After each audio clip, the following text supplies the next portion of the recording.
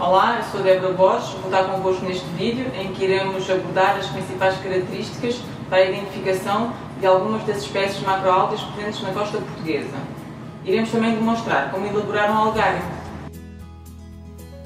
O vídeo encontra-se estruturado em 5 partes. Inicialmente, abordaremos as características gerais das macroalgas. De seguida, centrar-nos-emos nas algas verdes, suas características, ciclos de vida e apresentaremos alguns exemplos de espécies de algas verdes. Seguir-se-á a mesma abordagem para as algas vermelhas e castanhas. Por fim, exploraremos os distintos passos de elaboração de um algário.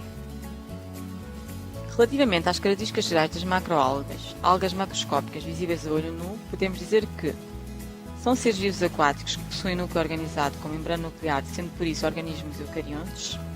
Apesar das macroalgas serem consideradas ancestrais das plantas terrestres, são desprovidas de raiz, caule e folhas, razão pela qual o corpo das algas é genericamente designado por tal. No entanto, tal como as plantas, são seres fotoautotróficos, isto é, produzem o seu próprio alimento e energia necessários ao seu metabolismo através da fotossíntese. Para que isto aconteça, nos seus cloroplastos existem diferentes tipos de clorofilas e outros pigmentos que captam a energia luminosa a diferentes comprimentos de onda. Daí temos colorações tão distintas.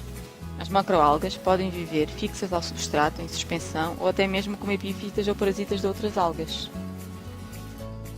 Dada a complexidade e heterogeneidade da morfologia das macroalgas, a melhor forma de as identificar é através da sua pigmentação. Assim, distinguem-se 3 grandes grupos com base na sua cor: algas verdes, algas vermelhas e algas castanhas. Para as algas verdes não há qualquer dificuldade, pois são algas de tonalidade mais clara ou mais escura, mas nitidamente verdes. As algas castanhas oscilam entre o castanho e o castanho esverdeado. É sobretudo nas algas vermelhas que podem surgir algumas dúvidas.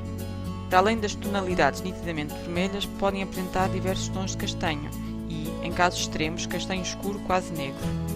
A principal característica das algas verdes é possuírem a clorofila A e B, tal como as plantas terrestres. Têm como substância de reserva o amido, armazenado dentro dos cloroplastos, e a parede solar é constituída principalmente por celulose. Possuem células flageladas em alguma fase do seu ciclo de vida. Do ponto de vista da morfologia, apresentam várias formas: filamentosas, paraquimatosas ou ramificadas. Podemos verificar algumas dessas características no ciclo de vida de uva. Esta possui um ciclo de vida com alternância de gerações gametófita e esporófita, que apresentam morfologias semelhantes, razão pela qual se diz que o seu ciclo de vida é isomórfico. O ciclo de vida começa com um indivíduo esporófito, que é diploide, aqui com o número 1. Este indivíduo sofre meiose e liberta para a água esporos haploides, com 4 flagelos que nadam até se fixarem a um substrato. Quando fixo, estes esporos germinam e dão origem a gametófitos femininos e masculinos, ambos haploides, como podem ver na imagem na figura 4.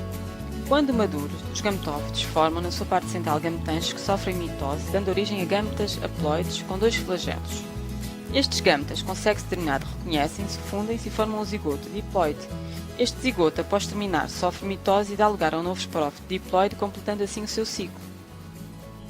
De forma a conhecer-se um pouco melhor as macroalgas verdes, apresentamos 2 exemplos. Espécies do género ulva, comumente chamadas de alfaces do mar, apresentam um talo laminar que pode atingir dimensões de 20 a 30 cm de comprimento em condições abrigadas.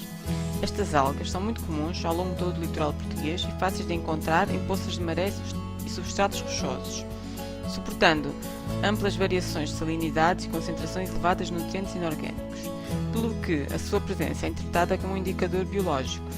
Contudo, a distinção das diferentes espécies de ulva requer uma observação ao microscópio ao nível das suas camadas de células. O códio tomentoso apresenta um talo cilíndrico ou subcilíndrico, ramificado dicotomicamente, com achatamento ao nível das dicotomias e com consistência esponja ou elástica. Os talos desta alga podem atingir dimensões de 30 a 50 cm de comprimento, podendo apresentar-se cobertos por algas epífitas. Esta espécie vive tanto em locais abrigados, poças de maré, como em locais expostos no litoral inferior e médio da zona intertidal. As algas vermelhas possuem como pigmento a clorofila A e as ficobilinas como pigmentos acessórios. Neste caso, a ficocianina e a ficoeritrina, que lhes conferem a cor vermelha característica, e ainda carotenoides. A substância de reserva é o amido fluorídeo, que fica armazenado no citoplasma. A parede celular destas algas é característica, uma vez que, além de celulose, apresenta substâncias extra como o agar e as carraginanas. No seu ciclo de vida, não existem células flageladas. O talo destas algas pode ser filamentoso, laminar ou pseudoparenquimatoso, isto é, mais do que uma camada de células que podem comunicar entre si através de conexões. Podemos verificar algumas dessas características no ciclo de vida de Pórfira. Esta possui um ciclo de vida trifásico, diferente do da uva, pois, além da geração gametófita e esporófita, apresenta uma terceira geração, a geração carposporófita. O gametófito e o esporófito são morfologicamente diferentes, razão pela qual se diz que o ciclo de vida de Pórfira é heteromórfico. A fase esporófita é denominada de conchocélis e é a fase diploide do ciclo de vida. Nesta fase, a alga é microscópica e vai apresentar um formato filamentoso, desenvolvendo-se principalmente em conchas. A fase gametófita é a fase haploide do ciclo de vida e é uma fase macroscópica. Nesta imagem podemos ver todo o ciclo de vida de um representante do género Pórfira. O gametófito haploide possui gametas masculinos e femininos. É de salientar que o mesmo indivíduo tanto produz células masculinas como células femininas. Os gametas masculinos espermáceos são libertados e vão fecundar a oosfera, gameta feminino, produzindo o zigoto diploide. Este zigoto vai sofrer mitose e vai produzir os caspósporos, que são os esporos diploides, que vão germinar e originar a fase diploide, fase esporófita denominada conchoceles. Esse conchoceles vai produzir os esporângios que, ao sofrerem meiose, vão se converter em células haploides e depois de germinarem dão origem à fase gametófita, continuando assim o ciclo.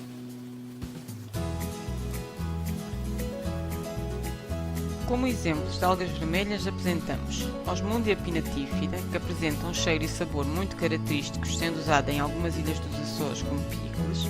É uma alga cartilaginosa, vermelho escuro, que se fixa ao substrato através de um pequeno disco basal. A sua fronda é ereta, carnuda, comprimida e muito ramificada. A Gratelopia turuturo é uma espécie de alga introduzida, não nativa da costa portuguesa e apresenta um polimorfismo bastante acentuado. Alguns exemplares possuem o talo formado por lâminas delgadas que podem ser simples ou divididas. Em alguns casos, podem apresentar pequenas proliferações marginais, estreitas, pontiagudas e ramificadas desde o ápice até à base. Fixa-se ao substrato rochoso através de um disco basal, de onde parte um estipe que se divide gradualmente numa lâmina lanceolada. Os indivíduos desta espécie apresentam uma tonalidade castanho-avermelhada ou rosada, com uma textura gelatinosa e escorregadia. O Chondrocanthes acicularis apresenta-se como uma alga filiforme, de cor vermelha clara e com uma consistência cartilaginosa e elástica. Os eixos principais do talo são cilíndricos, um pouco comprimidos e encontram-se ramificados de forma irregular em todos os sentidos, com ramos arqueados. Os seus ramos laterais, na maioria, são curvos e longos, mas delgados nas extremidades. O Mastocarpus stellatus é uma alga cartilaginosa de cor vermelho escuro ou acastanhada que cresce sobre as rochas em locais expostos, podendo confundir-se e misturar-se com condos crispos. Contudo, podemos distingui-las pelas estruturas reprodutivas, que são em forma de cornucópias no caso do Mastocarpus stellatus, enquanto no Combus. Estas têm duas formas distintas. Aparecem como protuberâncias cistocarpos na lâmina do gametófito feminino e como manchas gametângios no caso do esporófito. As algas castanhas possuem clorofilas A e C, carotenoide e xantofilas, principalmente fucoxantina, que lhes dá a cor acastanhada tão característica. Têm, como substância de reserva, a laminarina e o manitol. Tal como as algas verdes, possuem células móveis flageladas em alguma das fases do seu ciclo de vida. Além da celulose, existe ainda a presença de ácido algínico ou alginato e fucoidina na sua parede celular. Quanto à morfologia, o seu talo pode ser filamentoso, parenquimatoso ou pseudoparenquimatoso. Relativamente ao ciclo de vida do fulcro dos vesiculotes, dizemos que esta espécie é dioica, os dois sexos encontram-se em indivíduos diferentes, e as estruturas esféricas que existem nos tempos dos talos denominam-se recetáculos, que possuem numerosos concetáculos. Nos concetáculos masculinos existem numerosos gametângios denominados anterídeos. Em cada anterídeo formam-se por meiose 64 anterozoides flagelados haploides. Nos concetáculos femininos, os gametângios denominam-se oogónios e em cada oogónio existem 8 oosferas haploides formadas por meiose. Os concetáculos já vêm para o exterior através de poros e os gametas são libertados. O anterozoide nada até a oosfera, ficando retido no oogónio. Da fecundação resulta um zigoto diploide envolto numa membrana que se fixa a uma rocha germinante de origem a uma nova alga. Como exemplos de algas castanhas apresentamos o Fucus spiralis, que possui um talo com uma consistência cartilaginosa, cor a castanho esverdeado e que se fixa ao substrato através de um disco cônico. Desse disco emerge uma lâmina com nervuras centrais, margens inteiras e que se divide dicotomicamente. Na zona apical da lâmina encontram-se os receptáculos, que são estruturas elípticas intumescidas que suportam as estruturas reprodutoras chamadas concertáculos. É uma espécie comum nas zonas abrigadas do intertidal superior das praias rochosas, formando cinturas sobre as rochas. O talo contorce em espiral desde a base até ao ápice, daí o seu nome. O Fucus spiralis pode ser facilmente confundido com Fucus vesiculosus. No entanto, o Fucus vesiculosus distingue-se deste último pela presença de vesículas de flutuação dispostas em ambos os lados da nervura média. A Pelvetia canaliculata tem consistência caurácea de cor castanha e com um talo até de 15 cm. Fixa-se ao substrato por um pequeno disco que se ramifica dicotomicamente em vários eixos com uma morfologia canelada. No ápice do talo, possui os receptáculos de forma alongada. Ocorre no litoral de costas semi-expostas ou protegidas, formando uma cintura de vegetação. Por fim, temos a laminária ocroleuca, que tem consistência caurácea, possui um talo laminar que pode atingir os 2 metros de comprimento, de cor castanho amarelada, que se fixa ao substrato através de rizoides.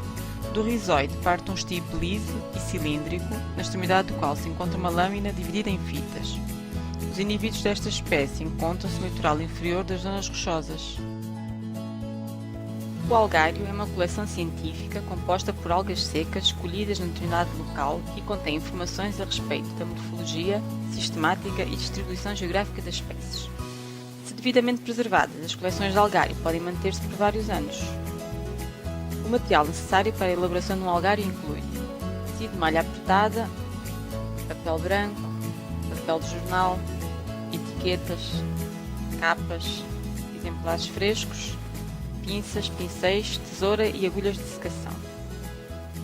As principais etapas da elaboração de um algário compreendem a colheita, a montagem dos exemplares no papel, a secagem e, por fim, a etiquetagem e conservação. Vamos seguir a explorar cada uma dessas etapas.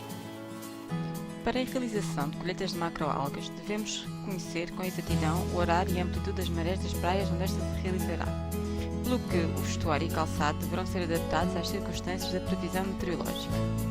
Os utensílios necessários são espátula ou faca e sacos plásticos ou arcas térmicas com uma pequena quantidade de água salgada. Os exemplares devem ser colhidos sempre que possível completos, isto é, com todos os elementos representativos. E as dimensões das algas colhidas devem ser adequadas à dimensão do papel onde será feita a montagem. Antes de proceder à montagem do espécime, deve-se limpar com a ajuda de um pincel as eventuais sujidades que possam ainda existir na alga, principalmente ao nível da parte basal. Desembaraça-se o espécime de outras algas e de ramos supérfluos, se os houver, com auxílio de tesoura, pinça ou bisturi. Dever-se-á dispor o espécime com a mesma disposição a quando vivo, por exemplo, com a rizoma para baixo e o talo para cima. Dever-se-á deixar pelo menos cerca de meio centímetro de margem, de modo a, no futuro, poder manusear a capa de cartolina sem danificar o exemplar. Para o processo de secagem, dever-se-á usar 4 a 6 folhas de jornais sobre as quais se coloca uma folha de papel branco com o exemplar espalmado e já escorrido e voltado para cima. Sobre o espécime, coloca-se cuidadosamente tecido de malha apertada com o objetivo de impedir a sua colagem às folhas de jornal que vão sendo colocadas por cima. Repete-se os passos anteriores até que todos os exemplares estejam preparados. Devemos ter o cuidado de colocar a pilha de papel com os exemplares na posição correta numa prensa de secagem. Na sua falta, podem usar-se 2 placas de madeira com dimensões equivalentes às das folhas de jornal e coloca-se um peso, como por exemplo pilhas livres em cima. Todos os exemplares devem ser devidamente etiquetados. Uma etiqueta deverá acompanhar o exemplar do algário e outra deverá ir para arquivo. Na etiqueta deverá constar a seguinte informação: género, espécie, nome vulgar, local de colheita, data de colheita, nome do coletor e eventuais observações. Quanto à conservação, dever-se-á colocar os espécimes secos em capas de cartolina, ordenar os espécimes por grupos taxonómicos, Devem-se arrumar as capas em móveis apropriados, hermeticamente fechados e que podem ser feitos de madeira ou metal, mas devem impedir a entrada de luz, poeiras e predadores e devem ainda ser preservados da umidade. Todo o material da algarve deverá ser submetido a uma desinfecção periódica.